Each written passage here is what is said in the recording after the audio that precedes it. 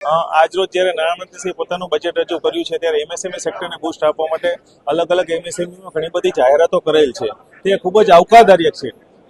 ભારત દેશને ધ્યાનમાં રાખીને જ્યારે ટ્રેનોની વાત કરી, ફાર્માકેર મેડિકલ ક્ષેત્રમાં પણ જે કંઈ છૂટછાટો આપી છે દવાઓ બનાવવા માટે, જામનગરમાં WHO જેવી એક મેડિકલ યુનિટ સ્થાપવામાં છે, આ પણ ખૂબ આવકારદાયક છે ગુજરાત માટે. પરંતુ જ્યારે જેમ્સ એન્ડ જ્વેલરી ઇન્ડસ્ટ્રીમાંથી હું બિલોંગ કરું છું ત્યારે વાત કરીએ તો જેમ્સ એન્ડ જ્વેલરી ઇન્ડસ્ટ્રીની ઘણી બધી આશાઓ અને અપેક્ષાઓ આ બજેટમાં લઈને હતી, પરંતુ તે હાલ પૂરતી આ બજેટમાં કોઈ પણ બી જાતની જાહેરાત જેમ્સ એન્ડ જ્વેલરી ઇન્ડસ્ટ્રીને લઈને થઈ હોય એવું નથી. જી ચોક્કસથી જેમ્સ એન્ડ જ્વેલરી ઇન્ડસ્ટ્રીમાંથી અમે લોકો સોના ચાંદીમાં જે ઇમ્પોર્ટ ડ્યુટી લાગે છે, જે જીએસટી છે, આ બધામાં ઘટાડાની અમે માંગણીઓ કરેલ હતી. તેમજ જે સર્વિસ ટેક્સ સર્વિસ ઉપર જે જીએસટી લાગે 5%, એમાં પણ ઘટાડાની માંગણી કરેલ હતી.